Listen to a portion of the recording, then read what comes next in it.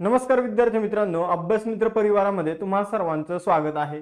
मित्रांनो, आज आपण 6 फेब्रुवारी रोजीचं करंट अफेअर्स चालू घडामोडी जे आहे ते अभ्यासणार आहोत। तुम्हाला जर ही सिरीज आवडत असेल तर लेक्चरला लाईक करा, चॅनलला सबस्क्राइब करून ठेवा आणि मित्रांनो तुमच्या जास्तीत जास्त मित्रांपर्यंत हे लेक्चर शेअर करायला विसरू नका। जे लेक्चर करत आहे सोबत बसून मित्र त्यांनी एकमेकांसोबत क्वेश्चन आन्सर थोडं डिस्कस करत चला, ठीक आहे। थोडं पुरस्कार वगैरे ज्या रेग्युलर घडामोडी त्या रिवाइज करत चला। बघा मित्रांनो, आपण काही नवीन बॅचेस सुरू केलेले आहे ज्यांच्यामध्ये लिमिटेड ऍडमिशन आहे। राज्यसेवेची पूर्व परीक्षेची बॅच आहे विजयश्री बॅच, त्यानंतर कंबाईन गट व क पूर्व परीक्षेसाठी बॅच सुरू केली लक्ष्य बॅच। कोणती बॅच जॉईन करा, 60+ क्वेश्चन तर ॲव्हरेज बॅचेस मध्ये लेक्चर मधून तुम्हाला विचारले जाणार आहे।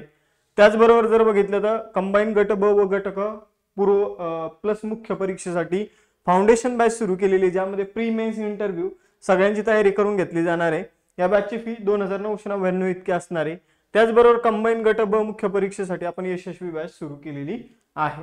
तर या सगळ्या बॅचेस तुम्ही जॉईन करू शकता। सगळ्या बॅचेस मध्ये नोट्स इन्क्लूड आहे, प्लस टेस्ट सिरीज इन्क्लूड आहे, प्लस लाईव्ह लेक्चर आणि रेकॉर्डेड लेक्चर तुम्हाला या बॅचेस मध्ये मिळणार आहे। प्लस तुम्ही सेपरेट आपल्या अभ्यास मित्राच्या नोट्स परचेस करू शकता। नंतर तुम्ही याचे PDF आम्ही तुम्हाला देऊ, त्याची झेरॉक्स तुम्ही काढून तुमच्या अभ्यासामध्ये या रिव्हिजन नोट्सचा वापर करून घेऊ शकता। बघा मित्रांनो, या सगळ्या गोष्टी तुम्हाला एकाच ठिकाणी मिळेल अभ्यास मित्राच्या ऍप्लिकेशन मध्ये। टेलिग्राम चॅनल जॉईन करा, कारण प्रत्येक लेक्चरचं नोटिफिकेशन इथे तुम्हाला बघायला मिळेल आणि इंस्टाच्या पेजवर तुम्हाला अभ्यास विषयक रील्स बघायला मिळतील। सुरुवात करूया 6 फेब्रुवारी रोजीच्या करंट अफेअर्सला। तर बघा मित्रांनो, पहिला क्वेश्चन काय आहे, कोणत्या भारतीय अमेरिकन गायक आणि उद्योजकाने त्रिवेणी अल्बमसाठी 67वा ग्रॅमी पुरस्कार जिंकलेला आहे? तर जसं चित्रपटासाठी असतो मित्रांनो ऑस्कर पुरस्कार, ऑस्कर जो आहे तो चित्रपटासाठी असतो, तसा ग्रॅमी पुरस्कार जो आहे तो म्युझिक साठी, संगीतासाठी असतो।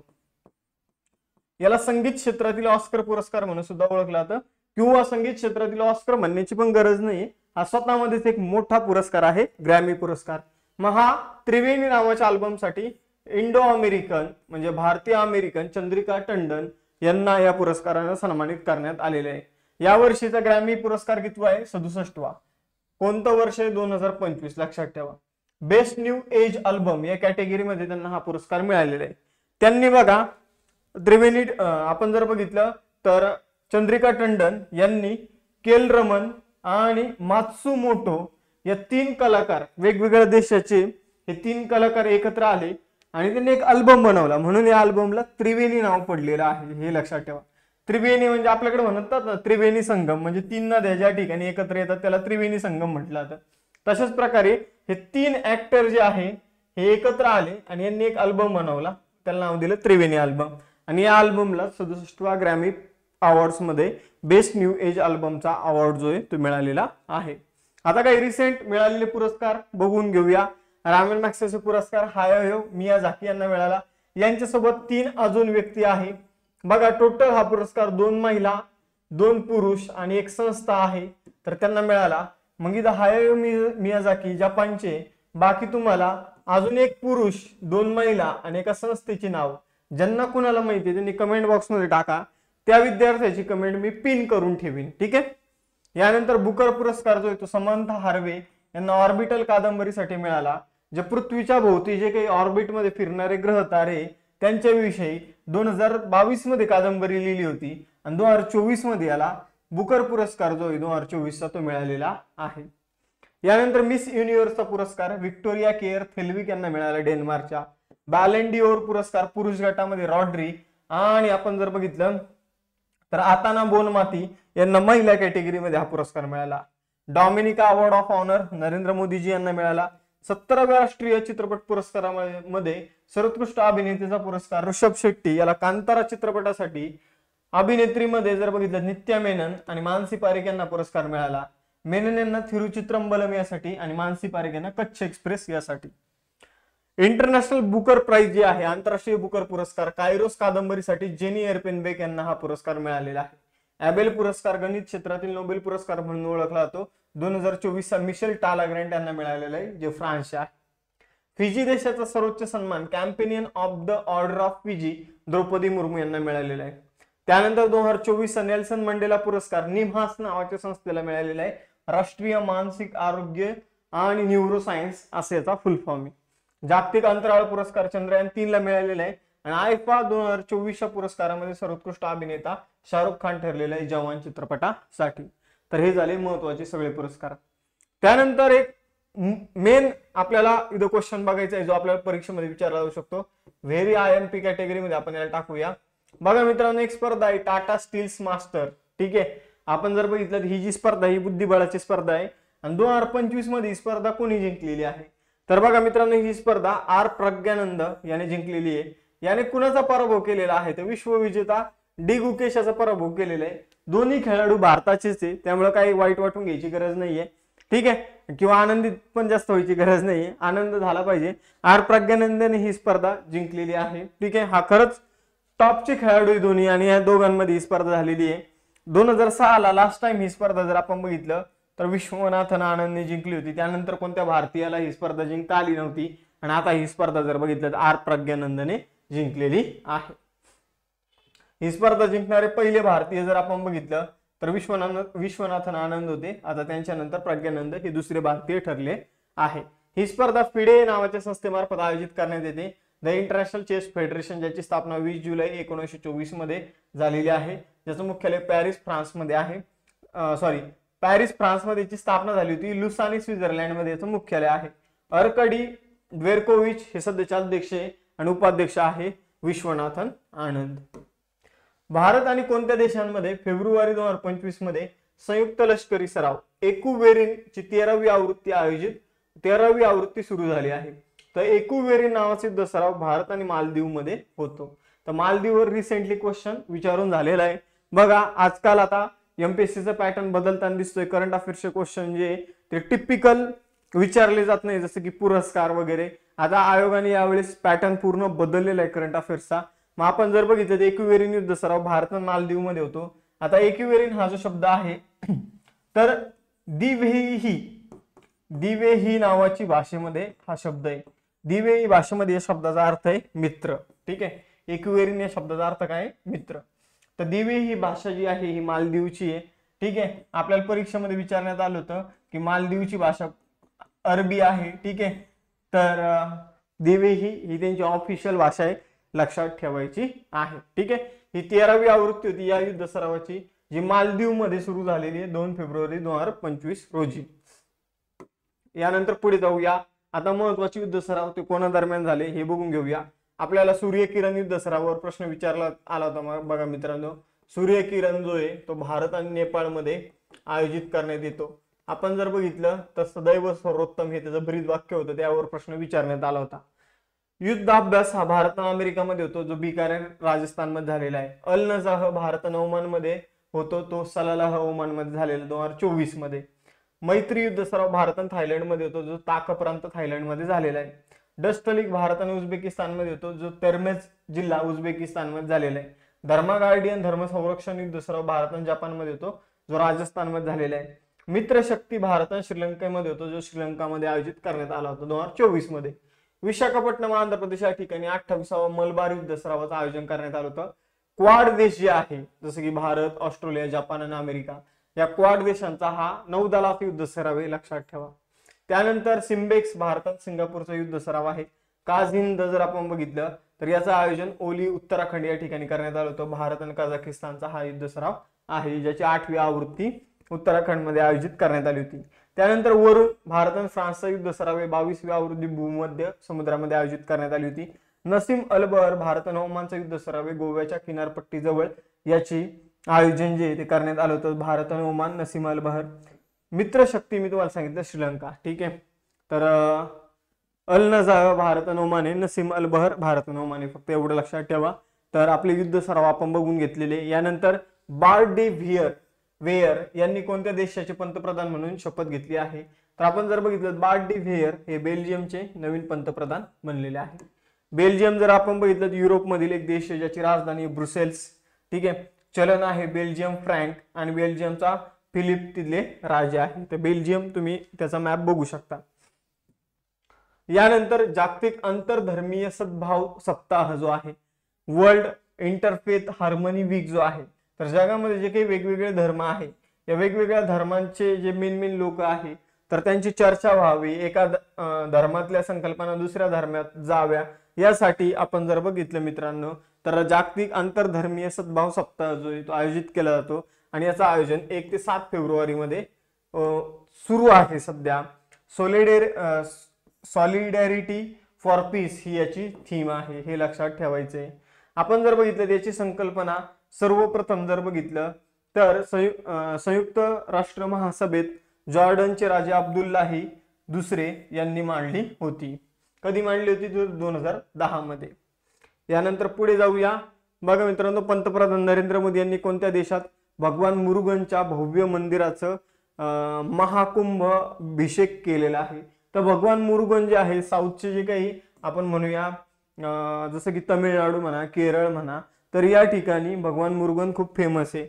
मग आपण जर बघितलं तर भगवान मुरुगन जे आहे तर त्यांचं एक मंदिर जकार्ता इंडोनेशियामध्ये बनवण्यात आलेलं आहे. जकार्ता ही सध्याची इंडोनेशियाची राजधानी आहे आणि इंडोनेशियाने नवीन राजधानी म्हणून नुसंतारा या राजधानीचा स्वीकार केलेला आहे. आपण जर बघितलं तर इंडोनेशियाचे जे राष्ट्राध्यक्ष आहे ते आपल्या प्रजासत्ताक दिनाचे पाहुणे सुद्धा होते 2025 मध्ये.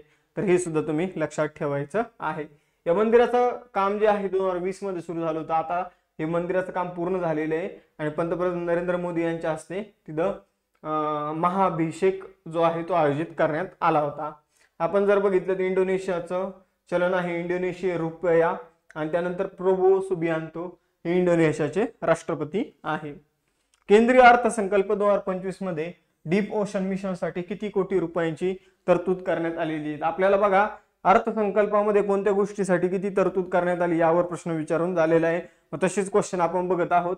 अर्थसंकल्पामध्ये डीप ओशन मिशनसाठी 600 कोटी रुपयांची तरतूद करण्यात आलेली आहे. तर डीप ओशन मिशन अंतर्गत आपल्याला बघा आपण एक बोट तयार करत आहोत, मत्स्य 6000 त्या बोटचं नाव आहे. आपण त्या बोटच्या माध्यमातून 6000 मीटर खोलीपर्यंत आपल्या जे नाविक आहे त्यांना पाठवणार आहोत. पण सध्या 2025 मध्ये आपण जर बघितलं तर टेस्टिंग मध्ये सुरुवातीला आपण 500 मीटर खोलीपर्यंत आपल्या नाविकांना पाठवणार आहे. हळूहळू आपण याची खोली वाढवत 6000 मीटर पर्यंत जाणार आहे. यासाठी सुरुवातीला 600 कोटी रुपयांची तरतूद जी ती करण्यात आलेली आहे. विमा क्षेत्रात एफडीआय मर्यादा फेब्रुवारी 2025 मध्ये 74% वरून किती टक्क्यापर्यंत करण्यात आलेली? तर विमा क्षेत्रामध्ये जी काही फॉरेन डायरेक्ट इन्व्हेस्टमेंटची मर्यादा 74% वरून मित्रांनो ही 100% वर आणण्यात आलेली आहे. लक्षात ठेवा, यामुळे विदेशी गुंतवणूक जी आहे तिच्यामध्ये वाढ होणार आहे. यानंतर अर्थमंत्री निर्मला सीतारामन यांनी स्वदेशी लहान मॉड्यूलर अणुभट्ट्या विकसित करण्यासाठी किती कोटी रुपयांची न्यूक्लिअर एनर्जी मिशनची घोषणा केलेली आहे? तर बघा मित्रांनो, स्वदेशी छोट्या अणुभट्ट्या तयार करण्यासाठी या अर्थसंकल्पामध्ये जवळपास न्यूक्लिअर एनर्जी मिशनची सुरुवात करण्यात आली. यासाठी जवळपास 20,000 कोटी रुपयाची गुंतवणूक करायचं ठरलेलं आहे. तर बघा न्यूक्लिअर एनर्जी जी असते तर त्यासाठी अणुभट्ट्या तयार कराव्या लागतात आणि त्यासाठी आपण न्यूक्लिअर एनर्जी मिशन सुरू केलेलं आहे. मग आपण काही टार्गेट सुद्धा सेट केलेले आहे की जसं की 2047 पर्यंत 100 गिगावॅट क्षमतेची न्यूक्लिअर एनर्जीचे जे काही अणुभट्ट्या आहे ते आपल्याला तयार करायचे. त्यासाठी आपण न्यूक्लिअर एनर्जी मिशन सुरू केलेले आहे. 20,000 कोटीची गुंतवणूक आपण त्यामध्ये करत आहोत. चेन्नई पेट्रोकेमिकल कॉर्पोरेशन लिमिटेडचे पुढील एमडी कोण बनले आहे? तर चेन्नई पेट्रोकेमिकल कॉर्पोरेशन लिमिटेडचे पुढील एमडी बनलेले एच शंकर. आपण जर बघितलं तर एच शंकर यांनी ऑलरेडी CPCL मध्ये काम केलेलं आहे. ठीक आहे, त्यांना रिफायनरी ऑपरेशनचा अनुभव आहे. आपण जर बघितलं तर चेन्नई पेट्रोकेमिकल कॉर्पोरेशनचं पूर्वीचं नाव मद्रास रिफायनरीज लिमिटेड असं होतं. याची स्थापना 18 नोव्हेंबर 1965 मध्ये करण्यात आलेली आहे. मुख्यालय चेन्नई तामिळनाडू मध्ये आहे. यानंतर पुढे जाऊया. बघा पुढील प्रश्न बघूया. त्यापूर्वी महत्वाच्या नियुक्त्या बघूया. जसं की मनीष सिंगल यांची नियुक्ती जी आहे ती असोचेमचे सरचिटणीस म्हणून करण्यात आलेली आहे. युनिक आयडेंटिफिकेशन ऑथॉरिटी ऑफ इंडियाचे नवीन CEO भुवनेश कुमार बनले आहे. बिहारचे 42वे राज्यपाल आरिफ मोहम्मद खान. RBIचे नवीन गव्हर्नर संजय मल्होत्रा. नाव लक्षात ठेवा. राष्ट्रीय मानवाधिकार आयोगाचे नवीन अध्यक्ष व्ही सुब्रमण्यम यांचं सुद्धा नाव तुम्हाला लक्षात ठेवायचे. यानंतर ICCचे सर्वात तरुण अध्यक्ष जय शहा. भारताचे नवीन नियंत्रक व महालेखा परीक्षक के संजय मूर्ती. भारताचे 51वे सरन्यायाधीश न्यायमूर्ती संजीव खन्ना. इस्रोचे नवीन अध्यक्ष व्ही नारायणन. हे सगळे महत्वाची व्यक्ती बघा. तुम्ही जर बघितलं तर इथून 4 पासून जे मी तुम्हाला आतापर्यंत सांगितलं 9 पर्यंत सगळे लक्षात ठेवायचे. Abhyuday Jindal Indian chambers of कॉमर्सचे नवीन अध्यक्ष बनले. सशस्त्र सीमा बलाचे नवीन महासंचालक अमृत मोहन प्रसाद बनले. भारताचे नवे वित्त सचिव लक्षात ठेवायचे तुहिनकांत पांडे. आणि हिंदुस्तान एरोनॉटिक्स लिमिटेड जी HAL आहे त्याचे नवीन CMD बनले DK सुनील. ते HAL ही जर आपण बघितली भारताची कितवी महारत्न कंपनी आहे तर 14वी भारताची महारत्न कंपनी आहे हिंदुस्तान एरोनॉटिक्स लिमिटेड. यानंतर 11वा प्रश्न आहे, ऑल इंडिया रेडिओने कोणत्या मंत्रालयाच्या सहकार्याने भारतीय शास्त्रीय संगीताला प्रोत्साहन देण्यासाठी हर कंठ में भारत ही रेडिओ मालिका सुरू केली आहे. तर बघा ऑल इंडिया रेडिओने आपण जर बघितलं भारतीय शास्त्रीय संगीताला प्रोत्साहन देण्यासाठी हर कंठ में भारत ही योजना जी ती सांस्कृतिक मंत्रालयाच्या सहकार्याने सुरू केलेली आहे. तर 1 फेब्रुवारी पासून 16 फेब्रुवारी पर्यंत देशभरामध्ये 21 स्थानकांवर दररोज आपण जर बघितलं हर कंठ में भारत हा कार्यक्रम जो आहे तो प्रदर्शित केला जाणार आहे, तो ऐकवला जाणार आहे. राष्ट्रीय महिला आयोग जो आहे त्याचा स्थापना दिवस 2025 मध्ये कधी सेलिब्रेट करण्यात आला तर 31 जानेवारीला तो सेलिब्रेट करण्यात आला. बघा मित्रांनो, आता इथं मी जी इन्फॉर्मेशन सांगणार ती परीक्षेमध्ये 100% पुढच्या वर्षात जो पेपर होणार कोणत्या ना कोणत्या परीक्षेमध्ये यावर प्रश्न येणार. ठीक आहे, मग आता लक्ष द्या. आपण जर बघितलं तर यावर्षीची थीम काय आहे, अहिल्यादेवी होळकर यांच्या शौर्याने नेतृत्वाने प्रेरित असलेली नारी तू नारायणी ही यावर्षीची थीम आहे. नारी तू नारायणी कधीची तर महिला आयोगाच्या स्थापनाच्या दिवसाची. कितवा स्थापना दिवस आहे, 33वा स्थापना दिवस आहे.